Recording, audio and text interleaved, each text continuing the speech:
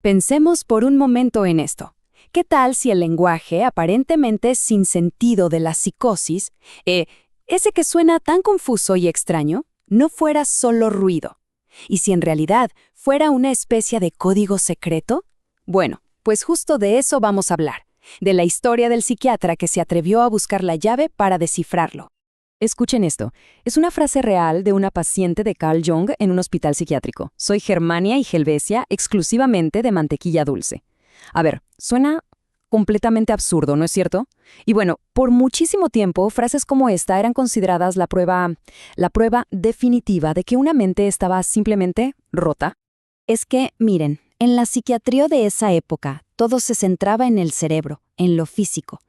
La idea era que estas palabras tan extrañas eran, pues, el resultado de neuronas fallando, algo así como la estática de una radio mal sintonizada, puro ruido. Nadie se preguntaba qué significa, sino qué parte del cerebro está fallando. La búsqueda era biológica, no de sentido. Pero aquí es donde la historia da un giro increíble. Porque, ¿y si todo eso no fuera un error del sistema? ¿Qué pasaría si esas frases fueran en realidad un intento casi desesperado del alma por comunicar algo muy, muy profundo, un mensaje en un lenguaje simbólico que simplemente necesitaba ser traducido? Y es que, a principios del siglo XX, un joven psiquiatra llamado Carl Jung llegó con una idea totalmente revolucionaria. En lugar de solo etiquetar y clasificar los síntomas, él decidió hacer algo radical: escuchar. De hecho, fue de los primerísimos en usar la psicoterapia, la terapia de la palabra, con pacientes diagnosticados con esquizofrenia. Él estaba convencido de que para entender la enfermedad, primero había que entender la psicología de la persona, entender la historia que sus propios síntomas estaban tratando de contar. Entonces, para poder descifrar este lenguaje tan particular, Jung desarrolló dos, llamémoslas, herramientas conceptuales clave. Si las entendemos, vamos a poder ver la lógica oculta detrás de lo que a simple vista parece pura locura.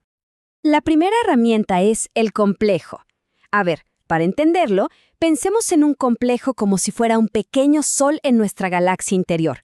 Tiene una carga emocional tan, pero tan fuerte que actúa como un imán. Atrae pensamientos, recuerdos, imágenes, todo lo que esté relacionado y lo organiza a su alrededor. Y lo más interesante es que opera desde el inconsciente, moldeando nuestras reacciones sin que ni siquiera nos demos cuenta. La segunda herramienta es la condensación. Esto es fascinante. Es básicamente un atajo mental. La psique agarra varias ideas, que a veces no tienen nada que ver entre sí, y ¡pum!, las fusiona en una sola imagen o en una palabra nueva y extraña. Es un proceso que pasa todo el tiempo en los sueños. Y lo que Jung descubrió es que también era clave en la psicosis. A ver, veamos un ejemplo práctico para que quede más claro. Resulta que esta paciente de Jung sentía una miseria profunda. En alemán, la palabra es Not. A la vez, deseaba con todas sus fuerzas tener dinero, billetes, que en alemán se dice Noten. ¿Ven la similitud en el sonido? Not y Noten. Bueno, pues su mente, a través de la condensación, juntó las dos ideas, y el resultado fue esa extraña declaración: soy dueña de una fábrica de billetes, un símbolo que, increíblemente, contenía al mismo tiempo su dolor y su más grande deseo. Ok, entonces, ya con estas dos claves en la mano, los complejos y la condensación, volvamos a las otras frases extrañas de la paciente. Vamos a ver cómo, de repente, empiezan a tener sentido. En otra ocasión, la paciente dijo: soy una grulla. Otra vez, una frase que de entrada no parece tener ni pies ni cabeza. O sea, ¿qué puede significar que alguien se identifique con un pájaro, con una grulla? Bueno, pues resulta que la clave estaba en la literatura. En un famoso poema de Schiller, Las grullas de Íbico, que es una historia sobre cómo se prueba la inocencia de alguien. Al decir soy una grulla, la paciente estaba usando la condensación para meter toda una historia, todo un argumento en una sola imagen. Era su manera de gritar: soy inocente. Estaba protestando porque sentía que la habían internado injustamente. Hay otra frase buenísima. Ella también decía: soy la llave maestra. De nuevo, se identificaba con un objeto, pero uno muy, muy específico del hospital. Y el significado aquí es, casi poético por lo lógico que es. Pensemos, ¿qué es la llave maestra en un asilo? Es el símbolo máximo de la libertad, ¿no? Es la que abre absolutamente todas las puertas. Así que al decir soy la llave maestra, no estaba diciendo una locura al azar, no para nada. Estaba expresando de la forma más potente y simbólica que se le ocurrió su profundo anhelo de ser libre.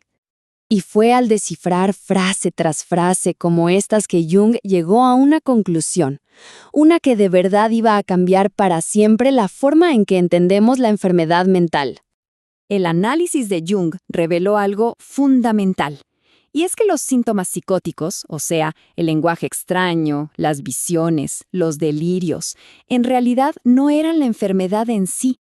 Eran más bien un intento simbólico de la psique por comunicar y sobre todo por sanar heridas personales muy profundas y muy reales.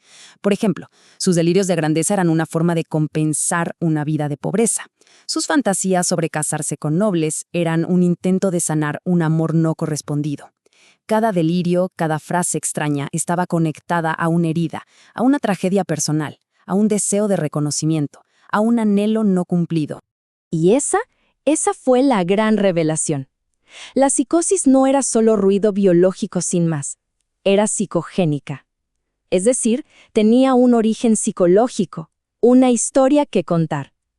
Los síntomas no eran el problema, eran el lenguaje simbólica de una historia personal que pedía a gritos ser escuchada.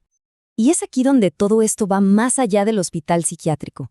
El trabajo de Jung trasciende la clínica y nos dice algo a todos sobre la naturaleza de la mente humana.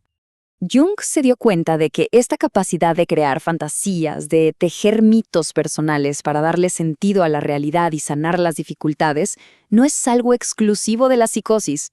Para nada. Es una parte fundamental del ser humano. Dentro de cada uno de nosotros hay una fuerza creativa que constantemente intenta darle sentido a lo que vivimos.